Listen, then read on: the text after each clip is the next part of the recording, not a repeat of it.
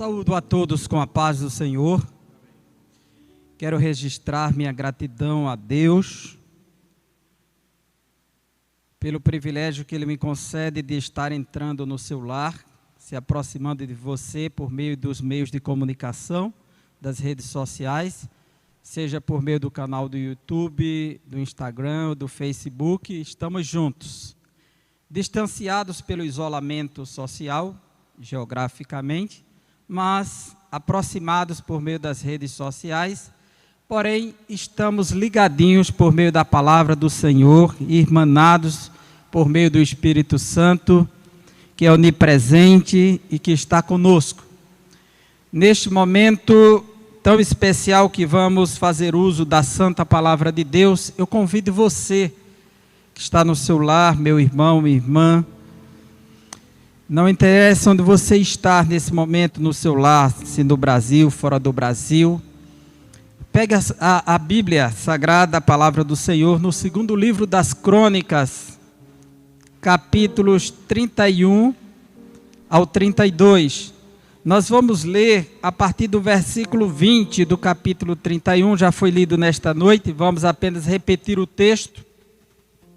E eu peço a você, se for possível, que não feche a sua Bíblia, pois nós vamos estar explorando esse capítulo 32 até o versículo 23. Então, que possamos participar juntos deste momento tão especial com a palavra de Deus. Ele tem muito a nos dizer por meio desta palavra. E o texto sagrado nos diz: e assim fez Ezequias em todo o Judá, e fez o que era bom e reto, e verdadeiro perante o Senhor, seu Deus. E em toda a obra que começou no serviço da casa de Deus, e na lei e nos mandamentos, para buscar a seu Deus com todo o seu coração, o fez e prosperou. Depois dessas coisas e dessa fidelidade, veio Senaqueribe, rei da Assíria, e entrou em Judá, e acampou-se contra as cidades fortes, e intentou separá-las para si. Olha, esse texto traz uma narrativa de um episódio histórico que aconteceu no 8º século antes de Cristo. Precisamente, a história de Ezequias no reinado começou em 715 a.C. O rei Ezequias era filho do rei Acás. E quem foi o rei Acás? O rei Acás foi um rei perverso, que não temeu a Deus, e essa história está registrada aqui no livro das Crônicas. Se nós observarmos, atentarmos para a história de Acás, no capítulo 28 do livro das Crônicas, traz a narrativa da história de Acás. Acás começou a reinar, e durante o seu reinado ele fez o que não agradava aos olhos do Senhor. Acás, ele fez coisas horrendas. Ele fez aliança com a Síria, que era o poder dominante naqueles dias. No ano 722, o Império Assírio, que fica ao nordeste da Mesopotâmia, que tem por capital a Nínive, a poderosa cidade que Jonas pregou para eles.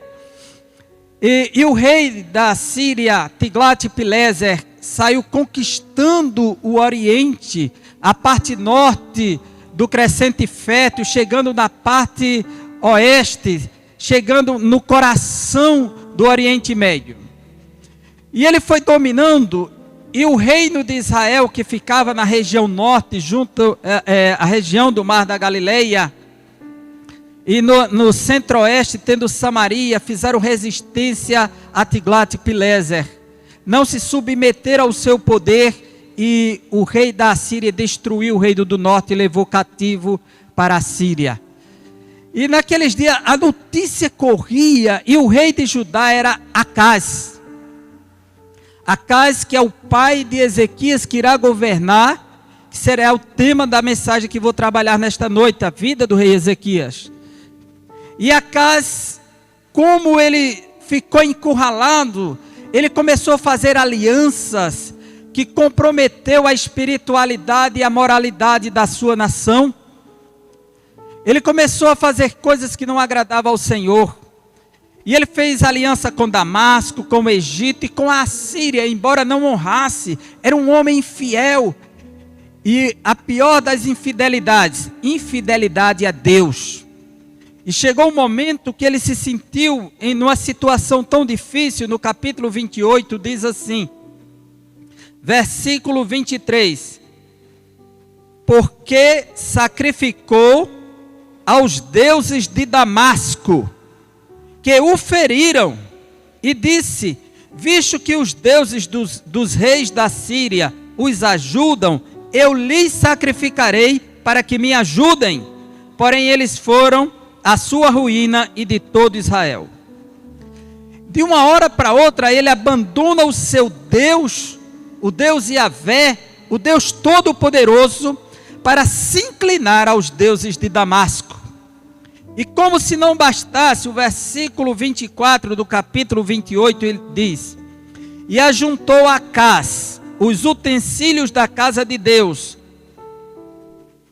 e os fez em pedaços. Toda aquela mobília que estava a serviço das coisas sagradas, Acás destruiu da casa de Deus, do Deus Todo-Poderoso, do Deus único, e fechou as portas da casa do Senhor. E fez para si altares em todos os cantos de Jerusalém. Olha só, o que Acás decide fazer é contrariar a vontade de Deus. Infidelidade acima de infidelidade. O seu coração estava voltado para o mal. E ele pegou alguns dos seus filhos e sacrificou aos deuses pagãos.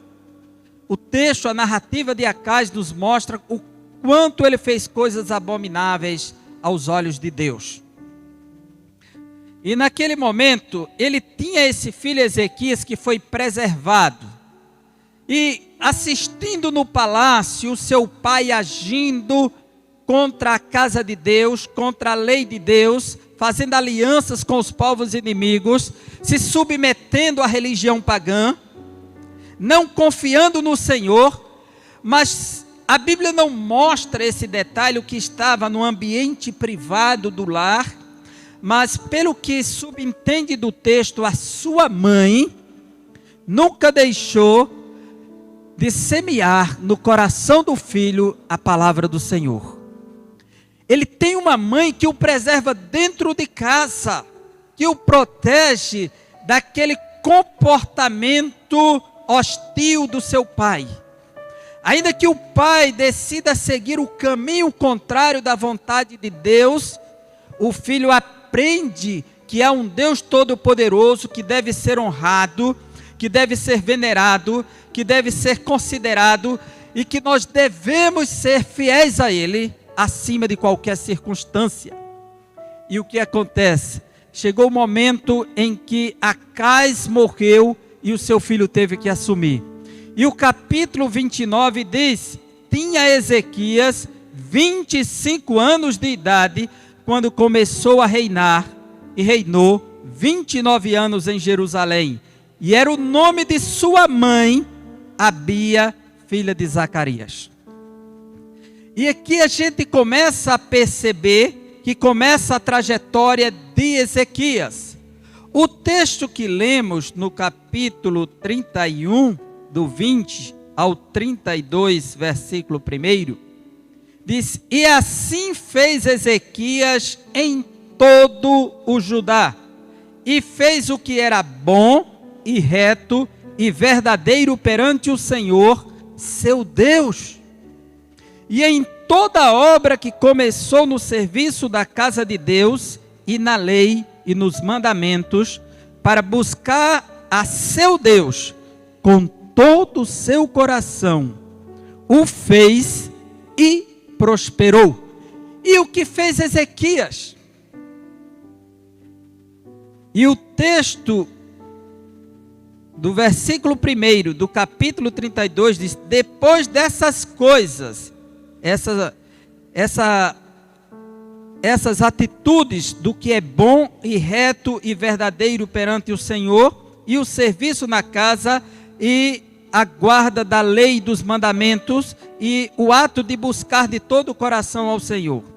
Depois dessas coisas e dessa fidelidade, veio Senaqueribe, rei da Assíria. Irmãos queridos, quero falar nesta noite num tema: mantendo a fidelidade na adversidade. Mantendo a fidelidade na adversidade. E este é o nosso desafio: manter-se fiel ao nosso Deus na adversidade. Acaz foi um rei ímpio. Ele não seguiu os padrões dos ensinamentos dos sacerdotes, dos escribas, dos sábios, da lei de Deus.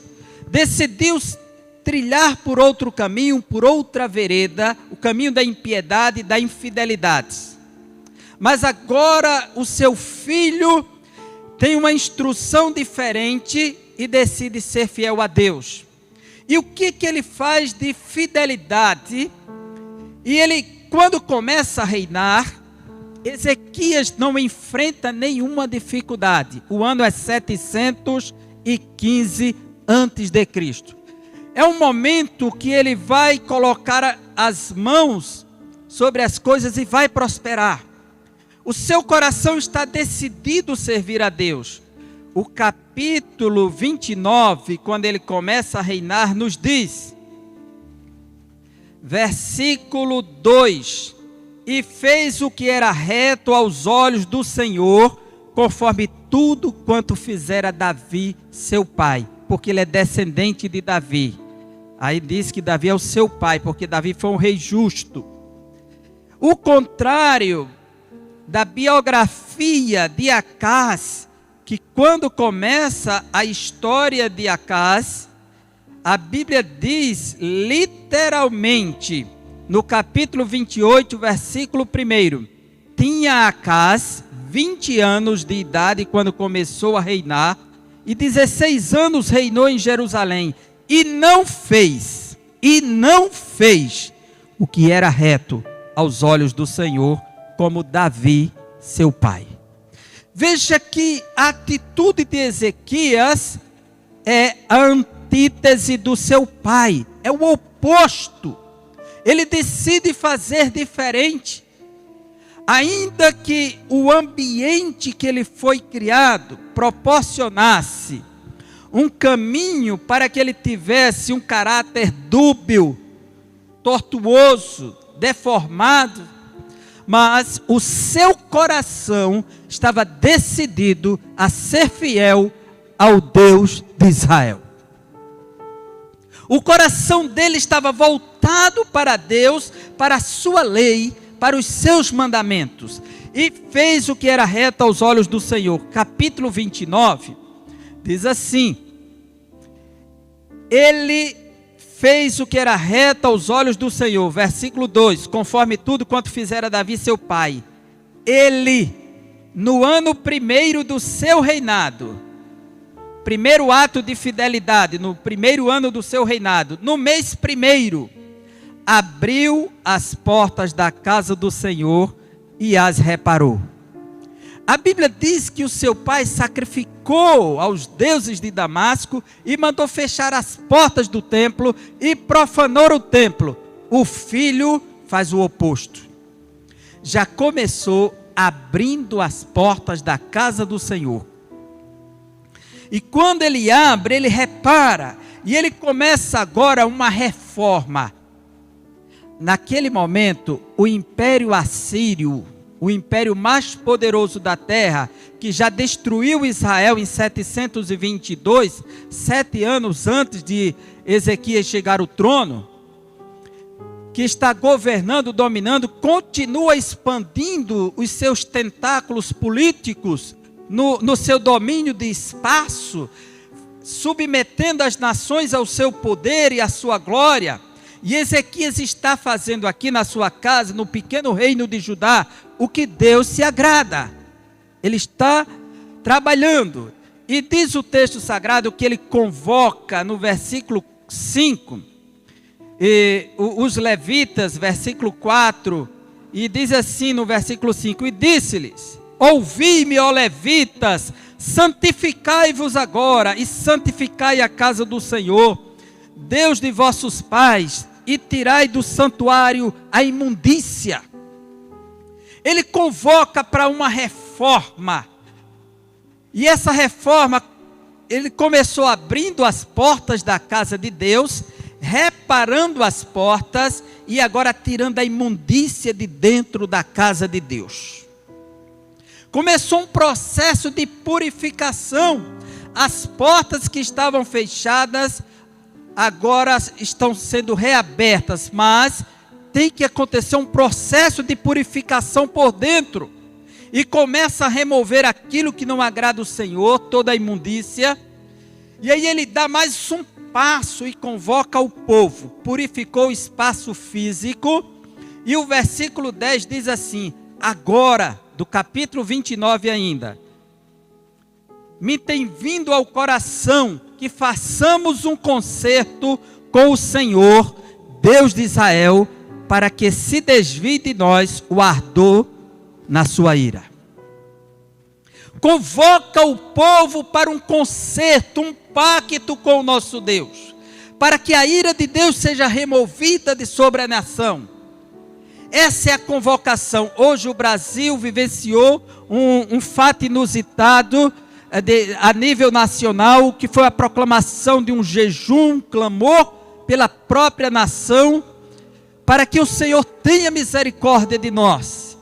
E nós queremos acreditar que este sacrifício estava sendo movido por um coração quebrantado e contrito e arrependido, para que o Senhor de fato mova a sua mão e tenha misericórdia de nós. E estamos confiando que a nossa vitória está mais perto do que nunca.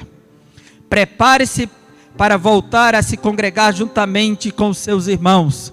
Não falta muito. Estarmos juntos, nos abraçando.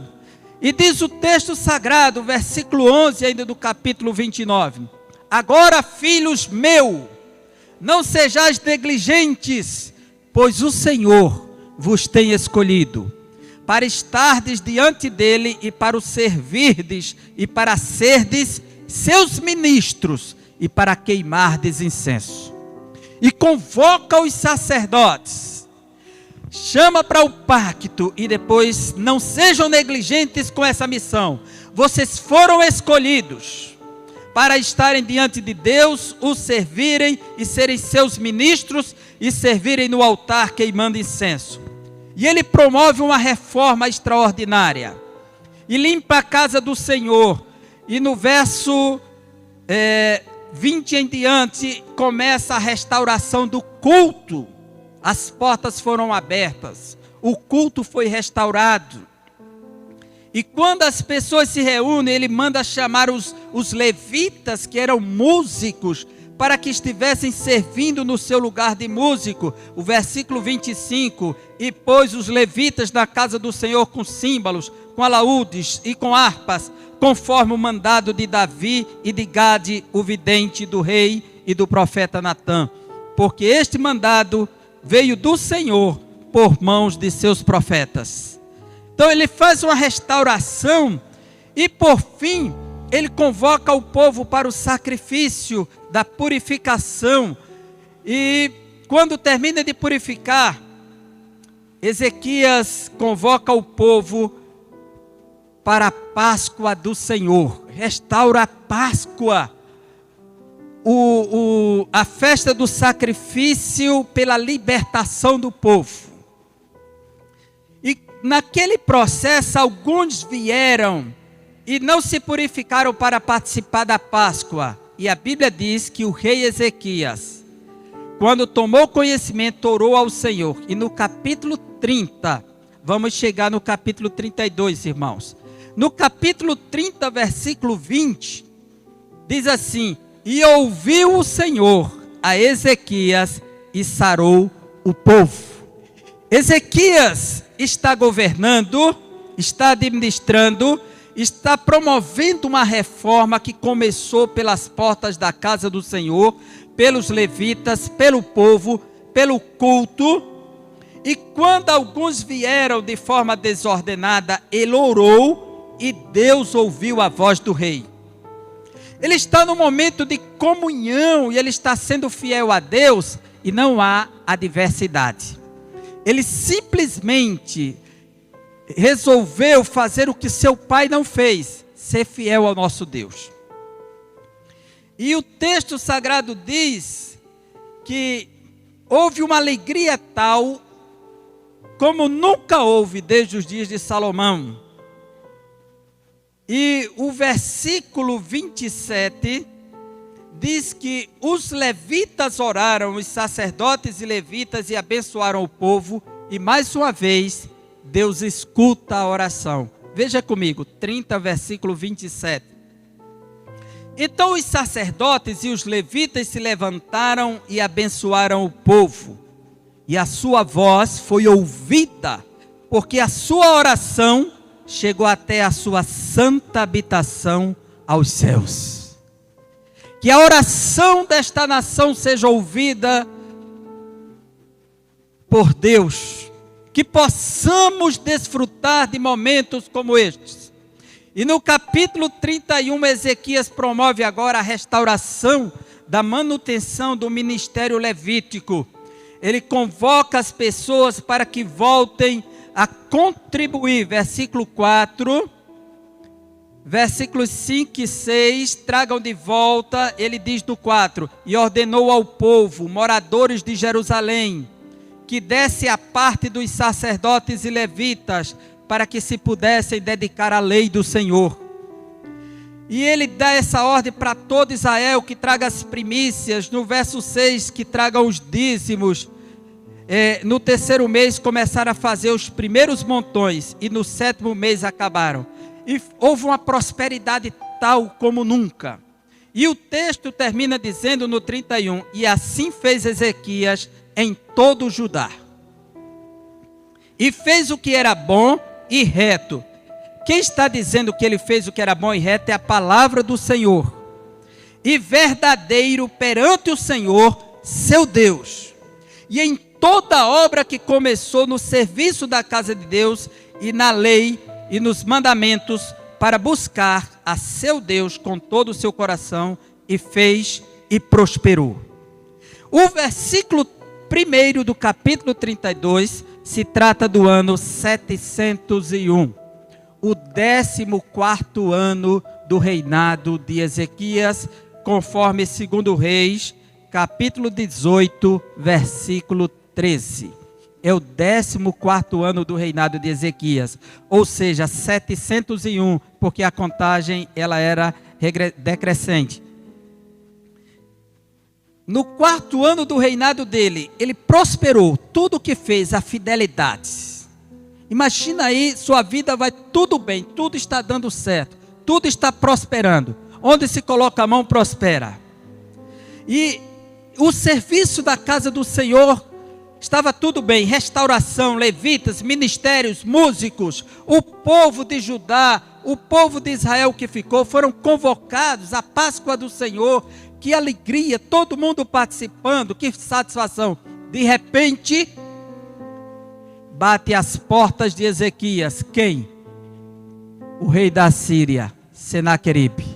Senaqueribe está com seu império dominando o mundo, e já conquistou todas as cidades litorâneas do Mediterrâneo, a Fenícia. Chegou pela região sul, foi subindo, conquistou a fortaleza de Laquis, e conforme a história e a arqueologia comprova essa conquista dele. Essa história de Ezequias é uma das mais longas dentro do livro das Crônicas. É o rei que teve a maior atenção no segundo livro das Crônicas. Essa história, ela tem um destaque tão especial nas Escrituras, que ela foi narrada 3 vezes. Uma no segundo livro dos Reis, outra no segundo livro das Crônicas e outra vez no livro do profeta Isaías. E como se não bastasse, está registrado no livro de Flávio Joséfo, História dos Hebreus, escrito no ano 70 depois de Cristo, e está escrito num documento que no período que aconteceu isso aqui, no ano 701, quando Senaqueribe conquistou Laquis e cercou a cidade de Jerusalém, com suas ameaças, foi registrado no prisma de argila do rei Senaqueribe. E ele diz que já conquistou 46 cidades no prisma de Senaqueribe, que foi achado, e ele cercou Ezequias e fez dele de um pássaro numa gaiola. Ele tem esse registro até esse momento, que cercou o rei Ezequias como um pássaro numa gaiola. Então é um fato histórico, real, inegável, porque teu documento foi achado também, além do prisma, outros materiais mostrando a conquista nas escritas cuneiformes, nos tabletes. E aqui diz o texto: depois dessas coisas e dessa fidelidade, ser fiel quando tudo está dando certo é mais fácil. Manter a fidelidade quando não há nenhuma crise é bem mais fácil. Louvar, adorar, servir, não reclamar, não querer abrir mão da missão. Quando tudo está dando certo, a vontade é se doar mais. Mas quando vem a adversidade, quando vem o oposto do bom, o livro de Eclesiastes, capítulo 7, versículo 14, diz: no dia da prosperidade, goza, desfruta, te alegra. Mas, no dia da adversidade, considera, porque Deus fez este dia em oposição àquele, para que o homem não saiba nada do que há de vir depois disso. Então não podemos dizer que esses dias pertencem a Satanás, ao demônio. Tudo vem do Senhor. Ele é Senhor do tempo, Senhor da história, Senhor do mundo, Senhor da tua vida, da tua família, Senhor de tudo. No dia da prosperidade, desfrute, mas no dia da adversidade, considere, porque foi do Senhor. Se alegre no seu lar, com a sua família, aonde você está, porque o Senhor tem algo muito especial por trás disso para nós. E chegou Senaqueribe com seu exército poderoso e cercou Jerusalém, e acampou contra as cidades fortes, e tentou separá-las para si. Vendo, pois, Ezequias que Senaqueribe vinha, e que o seu rosto era de guerra contra Jerusalém, quando ele toma conhecimento e percebe que o que está chegando é de confronto, é de batalha, então ele começa a tomar as medidas preventivas, necessárias, cabíveis, para que Jerusalém não seja arrasada. Porque o nosso Deus, Ele criou o homem conforme a sua imagem e semelhança. Ele capacitou o homem de inteligência, de sabedoria, de sentimentos. A imago Dei, a imagem de Deus está no homem, para que ele possa utilizar para o seu próprio bem, e reconhecer que nós temos essas marcas que vêm do Senhor, assim como Deus pensa, assim como Deus tem sentimentos, assim como Deus tem racionalidade, Ele colocou também no homem. Só que a nossa é limitada. A nossa, ela é mutável, é contingencial. A de Deus é absoluta, perfeita e imutável. Então Ezequias, quando percebe que o que está vindo agora, o rosto de Senaqueribe se volta para fazer guerra contra Jerusalém, de imediato, versículo 3, teve conselho com os seus príncipes e os seus varões, para que se tapassem as fontes das águas que havia fora da cidade. E eles o ajudaram. E assim muito povo se ajuntou e tapou todas as fontes, como também o ribeiro que se estendia pelo meio da terra. E disseram: por que viriam os reis da Assíria e achariam tantas águas? A primeira medida preventiva de Ezequias em relação a Jerusalém, para não comprometer e nem facilitar a entrada de Senaqueribe pelos portões e pela muralha, foi tapar as fontes de águas que estavam do lado de fora, que entrava para dentro da cidade. E para fazer isso, o que ele fez? De imediato mandou cortar por dentro de Jerusalém um canal por entre a rocha, que foi descoberto em 1960, os arqueólogos, e com uma placa escrito dentro em língua hebraica antiga. Isso aí está lá do museu da Turquia, essa placa, porque foi no período que os turcos dominavam Jerusalém. Ele cortou o canal por entre as rochas, e os homens vinham de um lado com as picaretas, e outros se encontraram com suas lamparinas de óleo acesa. Eles registraram na parede, esculpiram, e foi achado pelos arqueólogos. Também é outro registro arqueológico sobre Ezequias e esse cerco de Jerusalém aqui. Veja que é um fato tão extraordinário. Então ele mandou tapar as águas de fora, para que o inimigo se acampasse, tivesse água à sua disposição, porque Jerusalém é uma cidade na montanha. Se encontra água, fica mais fácil se aproximar. Então ele mandou fechar por fora e abrir por dentro. Olha, quantos de nós que tínhamos investido no passado e de uma hora para outra tivemos que resgatar o culto doméstico no nosso lar, trabalhar por dentro, trazer a fonte das águas para dentro, para que o povo pudesse manter-se vivo, saudável, dentro de casa. Ezequias começa a tomar medidas preventivas para impedir que Senaqueribe se aproxime mais. É um momento que nós temos que valorizar a fonte que está dentro de casa. A Bíblia diz que há um rio cujas correntes alegram a cidade de Deus, que é justamente a fonte de Gion, a única fonte de águas vivas disponível para Jerusalém que havia naqueles dias, era a fonte de Gion. E essa fonte, ela estava do lado de fora da montanha e entrava.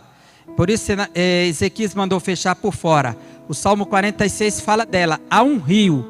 A outra tradução diz, há uma fonte que alegra a cidade de Deus. Então só existe essa fonte porque é uma cidade montanhosa. Então ela vale tudo. O profeta Isaías fala dela no capítulo 8 como a única fonte existente que Israel abandonou para preferir as águas do Eufrates, que são as águas de Siloé, porque ela passou a alimentar as águas de Siloé dentro o tanque. Segunda coisa que ele vai agir, versículo 5. Ele se fortificou e edificou todo o muro quebrado até as torres. O que está quebrado ele começou a consertar de Jerusalém, da sua casa. E levantou o outro muro para fora e fortificou o Milo da cidade de Davi. O Milo é uma estrutura de pedras que foi levantado para erguendo uma montanha íngreme e tinha que sustentar a muralha. Então teve que fazer um suporte na montanha de pedras, o Milo, essa estrutura que foi construída lá. E ele estava ameaçado, ele mandou consertar de imediato para não comprometer com nenhum ataque. Toda a preocupação de Ezequias agora não é porque Senaqueribe está vindo, é como eu devo estar para quando ele chegar. Então ele começou a tomar medidas preventivas dentro do lar, dentro das muralhas, começou a consertar o que faltava para garantir a segurança interna do povo. E a Bíblia diz, e fez armas e escudos em abundância, não deixou de se munir desse momento. O inimigo não chegou ainda, não entrou, mas ele está projetando armas, preparando escudos, equipando o povo, porque na hora da batalha estamos preparados para a guerra. Que estejamos também como Ezequias, preparando-se dentro de casa. O fato de estarmos nesse isolamento social nesse momento de quarentena, não significa que devemos estar de braços cruzados. Não podemos confiar, não é momento de férias.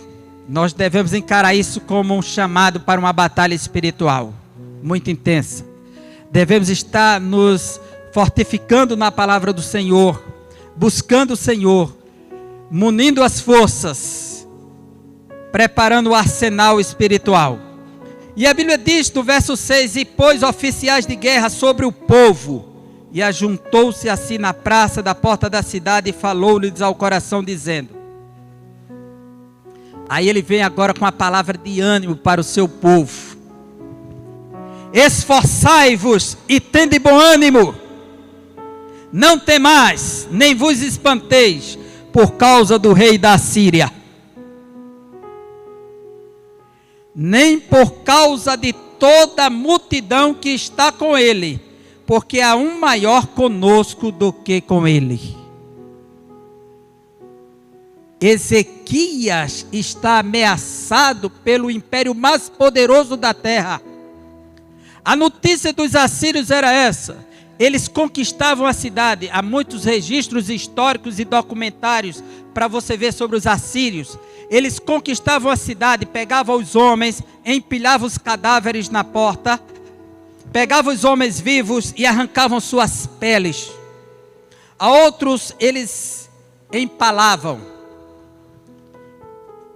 Eram empalamentos para que eles vivessem o suplício até o último suspiro de vida. Os assírios eram um terror, eles tinham por prática caçar leões, era o seu esporte predileto. Tinham as armas de guerra mais eficientes do 8º século antes de Cristo. Há registros sobre isso, o império mais poderoso nesse momento. Mas Ezequias está dizendo, o fiel não abre mão durante a adversidade. O fiel, ele olha sobre a muralha, olha para o povo e diz, esforçai-vos, tende bom ânimo e não temais, nem vos espanteis, por causa do rei da Síria. Há um maior conosco do que com ele. Com ele está o braço de carne, mas conosco o Senhor, o nosso Deus, para nos ajudar e para guerrear as nossas guerras. E o povo descansou nas palavras de Ezequias, rei de Judá. Você confia nessa palavra de Deus? Você confia que o Senhor está conosco nessa batalha? Que essas ameaças não poderão nos destruir? O povo está dentro da muralha, o espanto, os assírios estão vindo aí, estão destruindo tudo, numa cidade que possa resistir a esse rei poderoso. Ezequias, não. Fidelidade na adversidade. Estavam sendo fiéis quando estávamos prosperando, mas agora precisamos mais ainda manter a fidelidade, porque quem vai guerrear as nossas guerras é aquele que tem o braço todo poderoso. Depois disso, versículo 9, Senaqueribe, rei da Síria, enviou os seus servos a Jerusalém. Ele, porém, estava diante de Laquis, a fortaleza de Laquis. Ele conquistou e está tudo registrado. E a Bíblia mostra também, e a história secular confirma, e a arqueologia, o que a Bíblia já tinha dito. Com todo o seu domínio, ele estava lá. A Ezequias, rei de Judá, e a todo Judá que estava em Jerusalém, dizendo, assim diz Senaqueribe, rei da Síria, em que confiais vós, que vos ficais na fortaleza de Jerusalém? Vocês estão confiando em quem para ficar aí? Vocês estão pensando que vão escapar porque estão aí isolados? Porventura não vos incita Ezequias para morrerdes à fome e à sede, dizendo, o Senhor nosso Deus nos livrará das mãos do rei da Síria? Ezequias está incitando vocês para morrer. Só que ninguém está esperando, nem confiando nas palavras de Ezequias, o rei Ezequias, mas no Deus de Ezequias. A nossa confiança é no Deus que governa todas as nações, todos os povos. É aquele que é o Senhor dos senhores, o Rei dos reis, o Todo-Poderoso, o único excelso e mais elevado. Aquele que diz no profeta Isaías 57:15, assim diz o alto, o sublime, o eterno, cujo nome é santo, e que habita na eternidade, mas também habita com abatido e contrito de coração. Ele é alto, é sublime, é eterno. Aquele que diz do profeta Jeremias 23, versículos 23 e 24: sou eu Deus apenas de perto, não sou Deus também de longe? Porventura esconder-se-ia alguém da minha presença que eu não veja? Assim diz o Senhor dos exércitos. Ele é Deus de perto e é Deus de longe. É o teu Deus. Ele está lá, está aí na tua casa, com a tua família. E o texto sagrado continua, versículo 12: não é Ezequias o mesmo que tirou os seus altos, que são os postes idolátricos, e os seus altares, e falou a Judá e a Jerusalém, dizendo: diante do único altar vos prostrareis, e sobre ele queimareis incenso? Eles estão se voltando para o governador do povo, para aquele que está orientando o povo e querendo humilhá-lo agora. Não é Ezequias que começou essa reforma, dizendo que deve se prostrar o único Deus em um único altar, como se não existisse outros deuses. Aí ele diz assim: não sabeis vós, versículo 13, o que eu, olha a voz de Senaqueribe, e meus pais fizemos a todos os povos das terras? Porventura puderam de qualquer maneira os deuses das nações, daquelas terras, livrar sua terra das minhas mãos? Olha só, olha a arrogância e a prepotência de Senaqueribe. Nenhuma nação, nenhum dos seus deuses puderam livrá-lo da sua ameaça, do seu poder, da sua beligerância. Meu irmão, não interessa o que vem acontecendo aí fora como ameaça para nós. Se o Senhor permitir, aceitaremos, mas nós vamos pedir, como disse Sadraque, Mesaque e Abdenego, também os teus deuses não vão adorar. Temos um Deus que pode livrar, e se não livrar, também os teus deuses não vamos adorar. A ti não vamos se inclinar. Fidelidade em meio à adversidade. Então aqui, ele vem com essa ameaça, e ele diz assim, verso 14: qual é de todos os deuses daquelas nações que meus pais destruíram, que pôde livrar o seu povo das minhas mãos? Para que vosso Deus vos possa livrar das minhas mãos. Olha só, ele está questionando que Deus não pode livrar Ezequias e Jerusalém. Ele está pondo agora o povo no campo da dúvida, em cima do muro. E ele continua, versículo 15: agora, pois, não vos engane Ezequias, nem vos incite assim, nem lhes deis crédito. Não acreditem no governador de vocês, no rei. Não confiem na sua liderança. É o que eles estão dizendo. Os condutores, os porta-vozes de Senaqueribe, que estão falando no nome dele. E ele diz assim: porque nenhum Deus de nação alguma, nem de reino algum, pôde livrar o seu povo das minhas mãos, nem das mãos de meus pais, quanto menos vos poderá livrar o vosso Deus das minhas mãos. Aí eles disseram: também seus servos falaram ainda mais contra o Senhor Deus e contra Ezequias, o seu servo. Tem gente na internet fazendo piadas nesse momento, com os religiosos, até distribuindo caricaturas, em que vários religiosos, pastores, rabinos, líderes muçulmanos, papa, todos correndo, os religiosos, num desespero, e o coronavírus atrás deles, correndo, e eles todos correndo e batendo em retirada. E só quem está em estado de conforto, tranquilo, é o cientista fazendo pesquisa como combater o vírus. Que a ciência, mais uma vez, vai mostrar para a humanidade que ela é a resposta.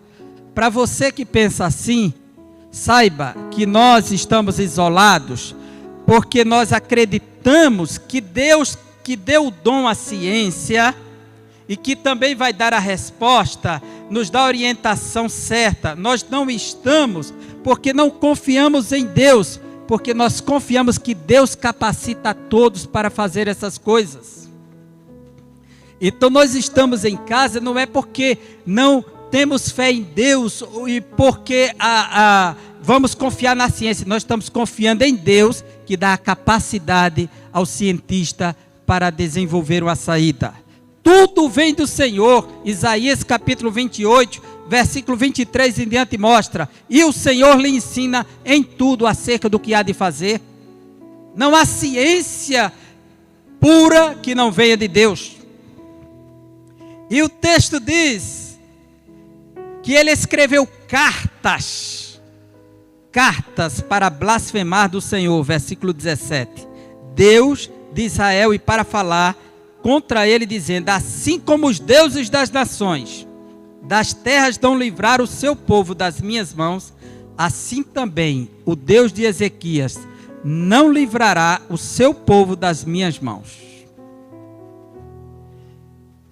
Irmãos queridos, quem fica atentando só para as notícias negativas, todos os dias no Brasil, na Paraíba e do mundo, está morrendo gente com CA, leucemia e uma série de doenças, mas ninguém divulga nem o seu nome, nem a estatística dessas mortes. Agora, se veio o óbito pelo Covid-19, tem que divulgar, tem que chegar no seu lar, como um meio de causar pânico e terror. Já ouvimos dizer que tem pessoas surtando dentro dos lares, desesperados. Há um momento de desespero, o psique da pessoa já está desesperado, tanta notícia.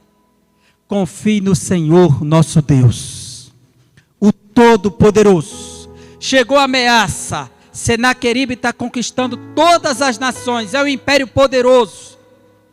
Entrou para a história, conhecido por seu ato sanguinário e violento, como agiu sobre as nações, e agora pega uma pequena nação e manda a sua ameaça. Parece que eles não têm mais saída, não tem mais para onde ir. E o texto diz, versículo 18, e clamarem em alta voz em judaico contra o povo de Jerusalém, que estava em cima do muro, para os atemorizarem e os perturbarem, para tomarem a cidade. A notícia ameaçadora só trazia perturbação.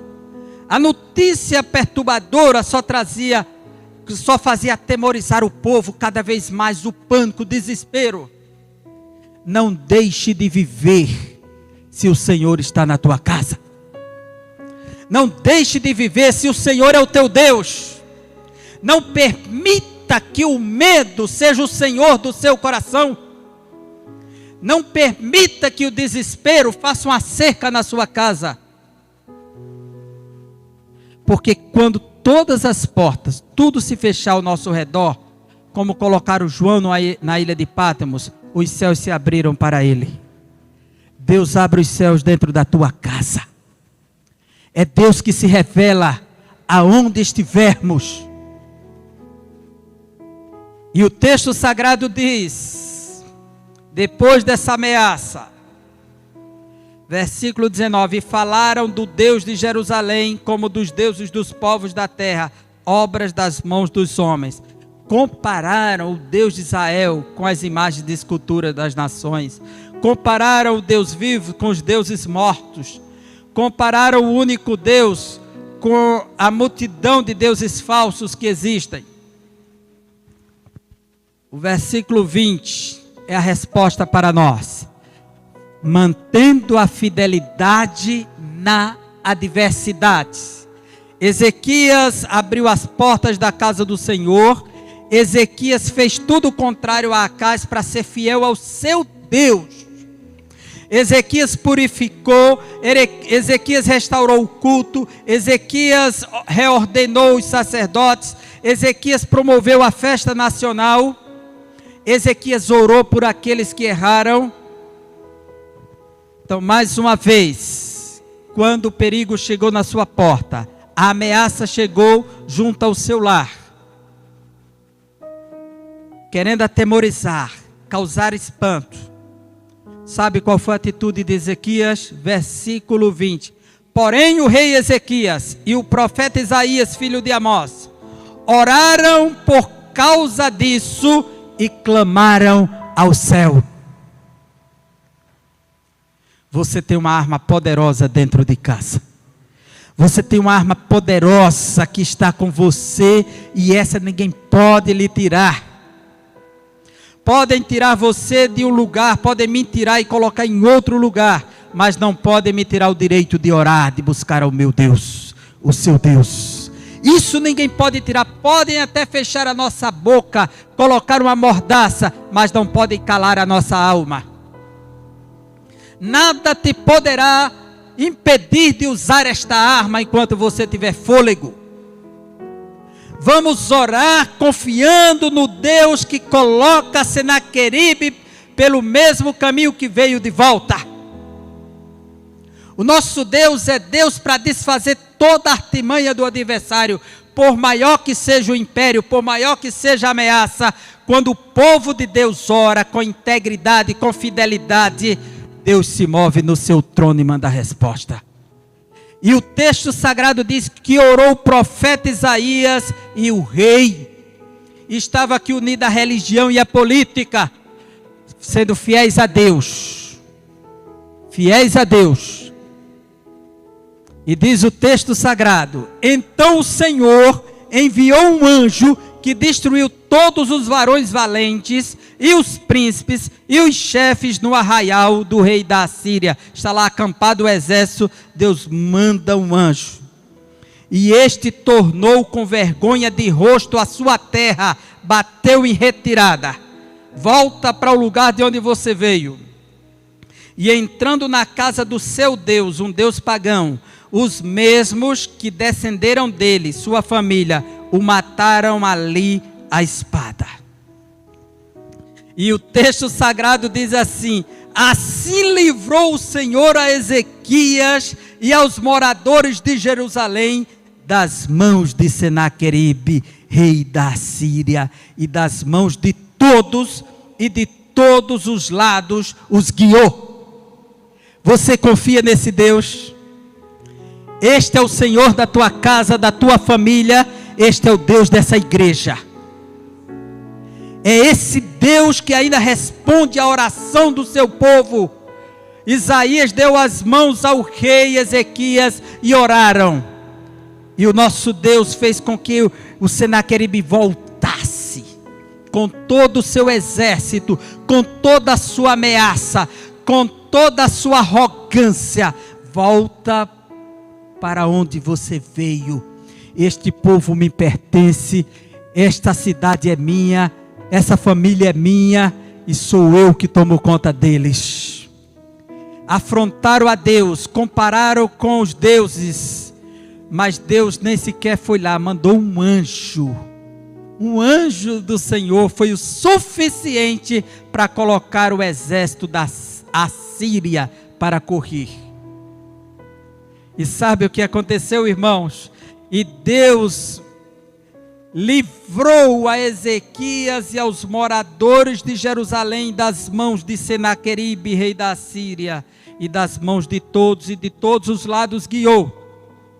E o 23, para finalizar aqui a nossa conclusão do sermão: mantendo a fidelidade na adversidade. E o 23 diz: e muitos traziam presentes a Jerusalém ao Senhor. Prepare-se para o culto em ações de graças. Prepare para agradecer a Deus, para festejar mais uma vez com o povo de Deus, todos juntos, trazendo o seu sacrifício para o seu Deus. E muitos traziam presentes a Jerusalém ao Senhor, e coisas preciosíssimas a Ezequias, rei de Judá, de modo que depois disso foi exaltado perante os olhos de todas as nações. E as nações vizinhas reconheceram que o Deus de Ezequias era Deus em cima e Deus embaixo. Era Deus em todo tempo, em toda hora, em todo lugar. O nosso Deus é Deus, é Deus e é Deus. Um Deus que é Deus nunca pode deixar de ser Deus. Permitiu Ezequias ser cercado, permitiu ser afrontado, permitiu ser desafiado, permitiu Ezequias ouvir blasfêmias, permitiu Ezequias ouvir ameaças, permitiu Ezequias ouvir afrontas, permitiu Ezequias ver o seu povo aterrorizado. E no tempo certo ele ouviu a oração de Ezequias e do profeta Isaías. E o resultado foi esse: vitória. A história termina com culto e ações de graças. A história termina com louvor. A história termina com rendição ao nosso Deus. A história termina com exaltação ao nosso Deus. Eu confio nesse Deus que dará vitória à sua igreja, à nossa nação, ao seu povo.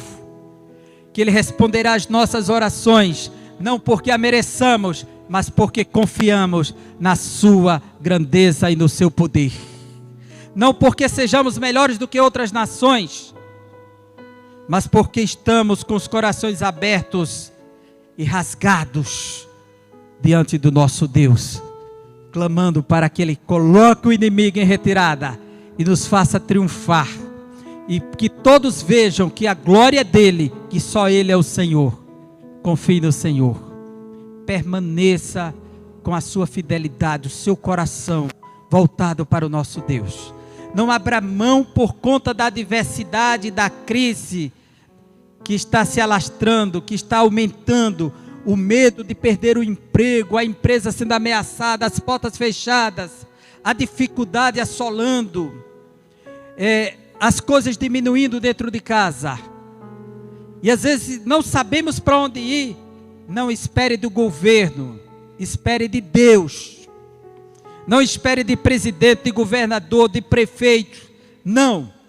Vamos orar por eles, para que Deus dê a direção certa, para que eles tomem a decisão certa sobre a nossa nação. Nós não estamos esperando deles, estamos esperando do Deus que utiliza eles. Espere em Deus, confie em Deus e se prepare para dar o culto em ações de graça. Que Deus abençoe você e a sua família, em nome de Jesus. Encerrando, vamos estar cantando